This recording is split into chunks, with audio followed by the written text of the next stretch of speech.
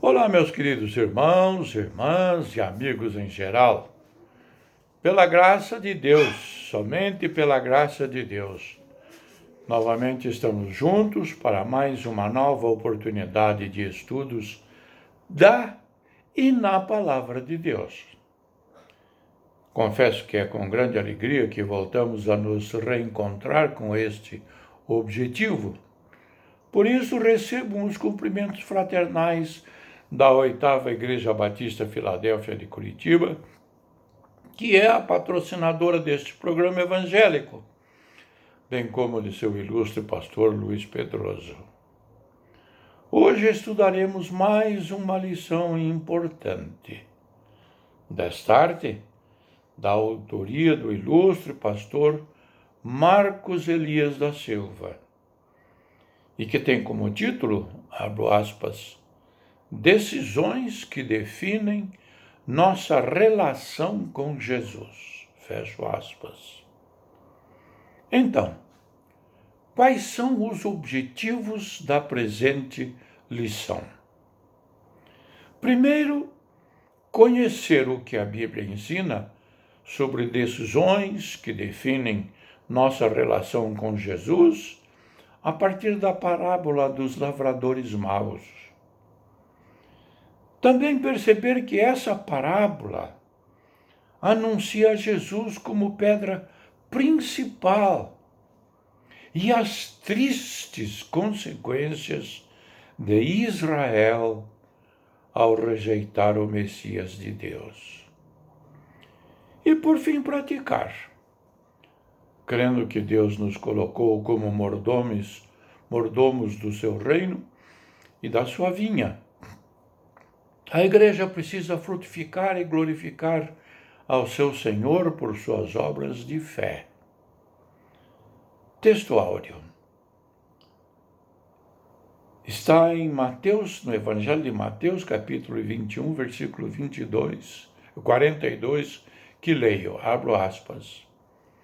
Jesus lhes disse, vocês nunca leram nas Escrituras?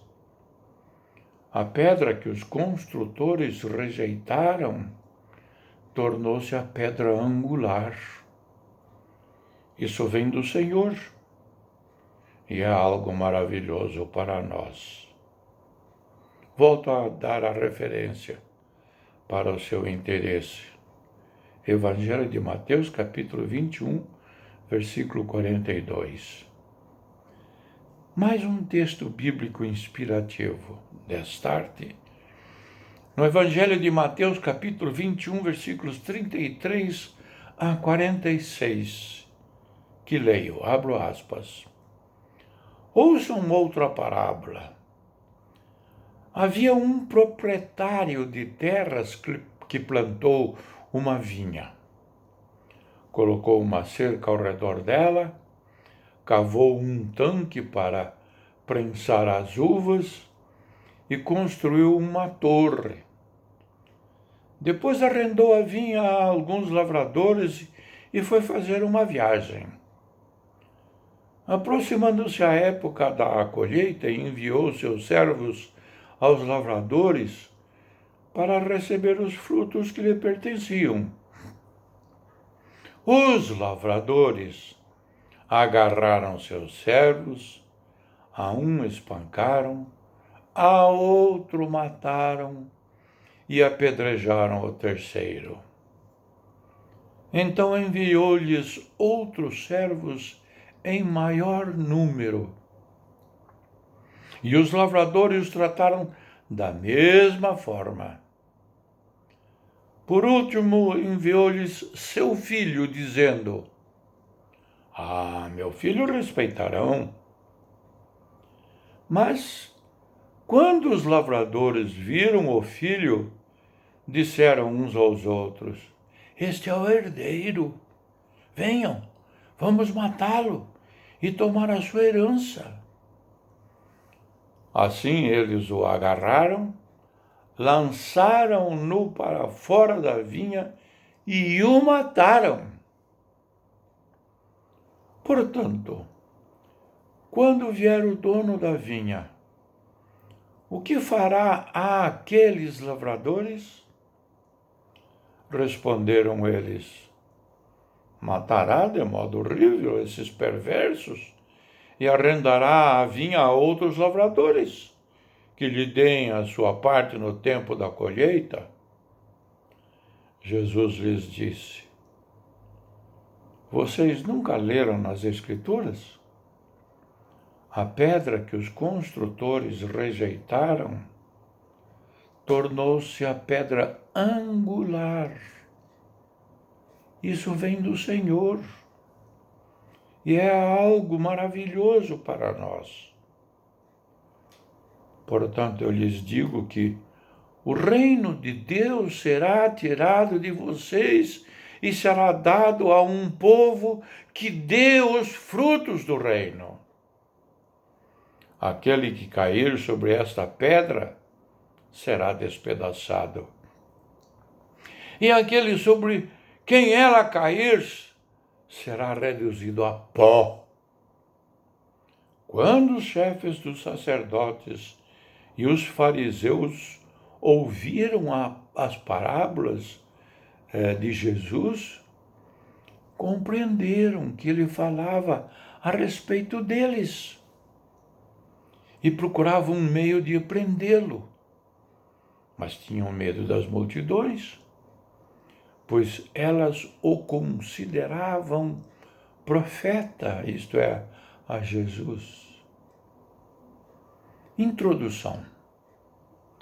Em seu ministério terreno, Jesus utilizou de um método de ensino muito interessante, as parábolas. São histórias curtas com ilustrações que retratam o cotidiano das pessoas. O propósito de Jesus foi transmitir ensinamentos através de verdades espirituais, a fim de despertar os ouvintes sobre a necessidade de priorizar uma vida que viesse a alinhar-se com o reino e a vontade de Deus. Na parábola dos lavradores maus, Jesus apresenta algumas verdades referentes à sua rejeição por parte do povo de Israel e autoridades religiosas. Encontramos nesta parábola até que ponto o ser humano pode chegar quando rejeita Jesus como único Senhor e Salvador.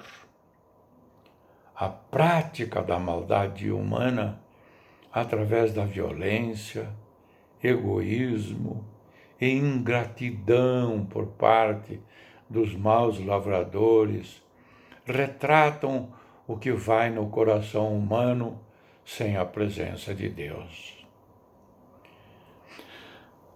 Abordaremos nesta lição a maneira sábia como Jesus abordou questões tão sensíveis a respeito de sua rejeição como o Messias, como a liderança religiosa de Israel agiu com Jesus e as consequências desta triste decisão em rejeitá-lo. Vamos ao ponto número 1, cujo título é Jesus rejeitado. Veio para o que era seu, mas os seus não o receberam, conforme registrado no Evangelho de João, capítulo 11, versículo 11. A palavra de Deus revela como a decisão de Israel em rejeitar a Jesus como Messias foi prevista e anunciada pelos profetas do Antigo Testamento, conforme registrado em Isaías, capítulo 53, versículos de 1 a 3. Veja alguns fatos bíblicos que comprovam a rejeição de Jesus. Ponto 1. Não havia lugar na hospedaria para Jesus nascer, conforme registrado no Evangelho de Lucas, capítulo 2, versículo 7. Segundo, foi levado para o Egito para escapar da morte, conforme registrado no Evangelho de Mateus, capítulo 2, versículos 13 a 15. Terceiro, rejeitado em Nazaré, povoado onde foi criado, conforme registrado no Evangelho de Lucas, capítulo 4, versículo 29.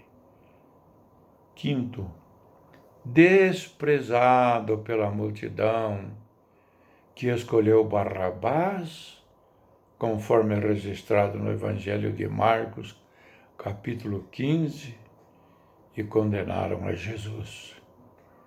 Essas passagens dos Evangelhos revelam como Jesus foi rejeitado. Portanto, a parábola dos lavradores maus reforça as resistências contrárias que Jesus precisou enfrentar para trazer-nos a salvação eterna. Um aspecto importante é destacar como Jesus lidou com a rejeição. Embora sendo o Filho de Deus, Jesus foi um ser humano. Ele tinha duas naturezas, divina e humana. Como pessoa humana, sentiu a dor do desprezo, a rejeição e injustiça. No entanto, Jesus não se deixou abalar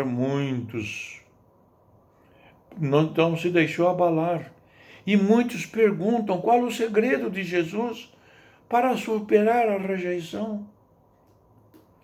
Podemos elencar alguns fatores que ajudam a responder, mas destaco apenas um. O amor de Deus alicerçado na unidade entre o Pai e o Filho, conforme registrado no Evangelho de João, capítulo 10, versículo 30. É essa unidade eterna, em amor, que manteve Jesus no firme propósito de realizar a vontade de Deus. Na presença do Pai, em oração, ele encontrava o que precisava para enfrentar todo tipo de oposição. A essência necessária para enfrentar e vencer a rejeição é a certeza de que somos aceitos por Deus através de seu Filho, que nos amou até a morte e morte de cruz, conforme registrado em Romanos capítulo 5, versículos 1 e 2. Quão abundante é a graça e a misericórdia de Deus para conosco. Glória a Deus! Vejam como é grande o amor que o Pai nos concedeu. Que fôssemos chamados filhos de Deus, o que de fato somos. Por isso o mundo não nos conhece, porque não o conheceu. Isto está registrado no livro de 1 João, capítulo 3, versículo 1. Aplicação para reflexão. Como temos lidado com a rejeição? Em sua opinião, qual é a melhor maneira de enfrentar e superar a rejeição? Triste relatar, mas isso ainda acontece dentro das igrejas. Vamos aprender e crescer com Jesus, a fim de superarmos a rejeição. Medite sobre o que está registrado em Filipenses, uma carta do apóstolo Paulo, no capítulo 2, versículos 1 até 11. Ponto 2. Jesus aceito como o Filho de Deus. Louvamos ao Senhor, porque o Cristo rejeitado pelos seus foi aceito e reconhecido por todos os que creem em seu nome, conforme registrado no Evangelho de João, capítulo 1, versículos 11 a 13, que leio, abro aspas. Veio para o que era o seu, mas os seus não o receberam. Contudo, aos que receberam, aos que creram em seu nome, deu-lhes o direito de se tornarem filhos de Deus, os quais não nasceram por descendência natural, nem pela vontade da carne, nem pela vontade de algum homem, mas nasceram de Deus, conforme registrado no Evangelho de João, capítulo 1, versículos 11 a 13. A declaração de Pedro ao responder à pergunta de Jesus sobre o que os seus discípulos pensavam a seu respeito trouxe clara compreensão, conforme registrado no Evangelho de Mateus, capítulo 16, versículos 15 a 17, que leio. Abro aspas. E vocês? Perguntou ele. Quem vocês dizem que eu sou? Simão Pedro respondeu, tu és o Cristo, o Filho do Deus vivo. Respondeu Jesus, feliz é você, Simão, filho de Jonas, porque isso não lhe foi revelado por carne ou sangue, mas por meu Pai que está nos céus. Só podemos aceitar que Jesus é o Filho de Deus, único Salvador e Senhor, se crermos nele. A fé salvífica conduz o coração que crê em Jesus a fazer uma entrega total de vida e um compromisso de segui-lo, conforme registrado em Efésios capítulo 2, versículo 8, que leio, abro aspas, pois vocês são salvos pela graça, por meio da fé, e isto não vem de vocês, é dom de Deus. Fecho aspas. Observem esta palavra de Jesus registrada no Evangelho de Mateus, capítulo 21, versículo 43, que leio. Abro aspas. Portanto, eu lhes digo que o reino de Deus será tirado de vocês e será dado a um povo que dê os frutos do reino. Jesus esclareceu em sua palavra a respeito das consequências sobre todos aqueles que o rejeitarem, assim como as bênçãos sobre aqueles que o aceitarem. Nesta parábola na qual podemos dividir em duas partes, vimos na primeira a forma como agem aqueles que rejeitam a Jesus e o triste fim que terão. Na segunda parte, encontramos a ação do Senhor, abrindo a porta do reino de Deus a todos quantos creem e o aceitam como Salvador. Estes darão frutos do reino, proclamando o Evangelho a toda criatura. Que maravilhosa é a graça de Deus revelada em Jesus, pois a escolha é do Senhor para a glória de Deus, conforme é registrado no Evangelho de João, capítulo 15, versículo 16, que leio, abro aspas, vocês não me escolheram, mas eu os escolhi para irem e darem fruto, fruto que permaneça, a fim de que o Pai lhes conceda o que pedirem em meu nome. Aplicação para a reflexão. Quando aceitamos a Jesus como nosso único Salvador e Senhor, o Espírito Santo vem habitar em nossas vidas. A ação do Senhor visa formar em nosso interior o fruto, tornando nossas vidas semelhantes a Jesus, conforme registrado em Gálatas capítulo 5, versículos 22 e 23. Essa tem sido a nossa realidade na vida cristã? Ou será que a nossa fé tem sido apenas de palavras, sem praticarmos a verdade de Jesus? Pense nisto e busque a presença do Senhor. Só Ele tem o poder de transformar nossas vidas a ponto de vivermos a sua plenitude.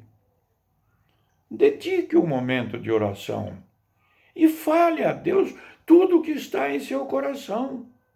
Tudo. Ele te ouvirá e te ajudará. Amém?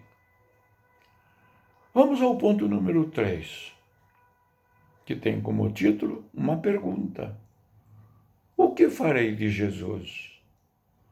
Perguntou Pilatos. Que farei então com Jesus chamado Cristo? Todos responderam: crucifica-o. Isto está registrado no Evangelho de Mateus, capítulo 27, versículo 22. No versículo acima encontramos Pilatos tentando passar a responsabilidade de sua decisão quanto ao destino de Jesus ao povo. Ele tinha autoridade para decidir sobre libertar ou não a Jesus. Pilatos reconheceu a inocência de Jesus e sabia que o haviam entregado por ciúmes, conforme registrado no Evangelho de Mateus, capítulo 27, versículos 23 e 24.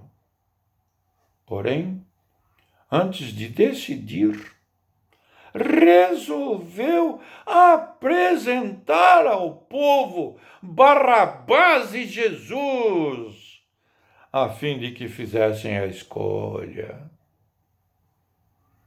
Assim transferiu importante decisão ao povo, pressionado pelas lideranças religiosas de Israel e pela multidão presente. Precisou decidir. Após isso, lavou as mãos, afirmando: estou inocente do sangue deste homem. A responsabilidade é de vocês. Conforme está registrado no Evangelho de Mateus, capítulo 27, versículo 24. Esse gesto de lavar as mãos não o isentou das consequências de sua decisão. Sabemos que o ato de lavar as mãos não trouxe a Pilatos o perdão de seus pecados. Se lavar as mãos nos livrasse de nossos pecados, não haveria necessidade de Jesus ter morrido por nós na cruz. Somente o sangue de Jesus tem poder de nos purificar de todo o pecado quando nos arrependemos, abandonamos e confessarmos nossos pecados, conforme registrado na primeira carta de João, capítulo 1, versículo 7. Assim vimos a parábola sobre os lavradores maus se cumprindo quando decidiram rejeitar e crucificar a Jesus, o Filho de Deus. Jesus entregou sua vida na cruz por amor a todos nós, a fim de conceder seu perdão e vida eterna. Sua rejeição por parte de Israel já estava prevista no Antigo Testamento. Jesus é o Salvador, não apenas de Israel, mas de todas as nações, a saber, aqueles que creem em seu nome. Qual sua resposta diante desta pergunta? O que farei de Jesus? Cada um de nós terá que responder e decidir. Rejeitar a Jesus é deixar de receber o seu perdão e vida eterna. Aceitá-lo como único Salvador e Senhor é a decisão certa a tomar. O Evangelho é anunciado por todo o mundo, a fim de proporcionar a todos a oportunidade de conhecer a Jesus. A salvação eterna é somente através de Jesus. Ele entregou sua vida na cruz em nosso lugar para perdoar nossos pecados e nos oferecer nova vida, conforme registrado em Apocalipse, capítulo 3, versículo 20, que leio. Abro aspas. Eis que estou à porta e bato. Se alguém ouvir a minha voz e abrir a porta, entrarei e cearei com ele e ele comigo. Abra a porta do seu coração. Deixe Cristo entrar e terás a vida eterna. Aceite a Jesus como seu único Senhor e Salvador. Amém. Uma aplicação para a sua reflexão. Você não pode transferir essa decisão para ninguém. Nem seu pai, nem sua mãe, nem seu filho podem tomar essa decisão por você. Então, o que você fará de Jesus? Vai recebê-lo ou rejeitá-lo?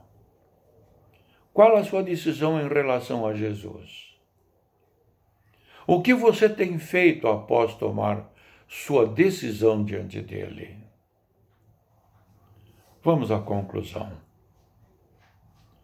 Jesus não apenas dividiu a história em anos antes de Cristo ou anos depois de Cristo. Ele dividiu corações entre aqueles que o rejeitam e os que o aceitam. Essa divisão passa pelo ato de crer ou não em Jesus, como Filho de Deus, único Senhor e Salvador. Independentemente da decisão humana, a verdade é que Jesus é o único caminho, verdade e vida, conforme é registrado no Evangelho de João, capítulo 14, versículo 6, que leio. Ninguém vem ao Pai, a não ser por mim, Jesus. Louvemos ao Senhor por trazer-nos tão grande salvação. Não merecemos, mas sua graça nos alcança através de seu amor, conforme registrado no livro de Atos, capítulo 16, versículo 31, que leio. Abro aspas. Crê no Senhor Jesus e serás salvo, tu e tua casa. Fecho aspas. Aceite a Jesus como seu Salvador e terás a vida eterna. Que o Senhor, através do Espírito Santo, nos ajude. Amém.